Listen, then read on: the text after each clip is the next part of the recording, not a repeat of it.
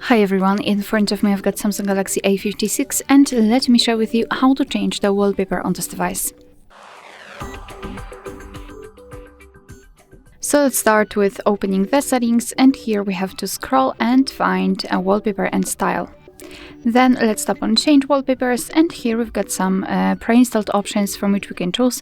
You can also tap on get more wallpapers, and you will be transferred to the Galaxy themes from which you can choose some online wallpapers.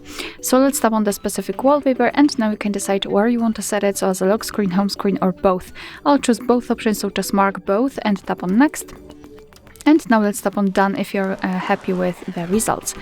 Now we can go back, and as you can see, the wallpaper has been applied successfully.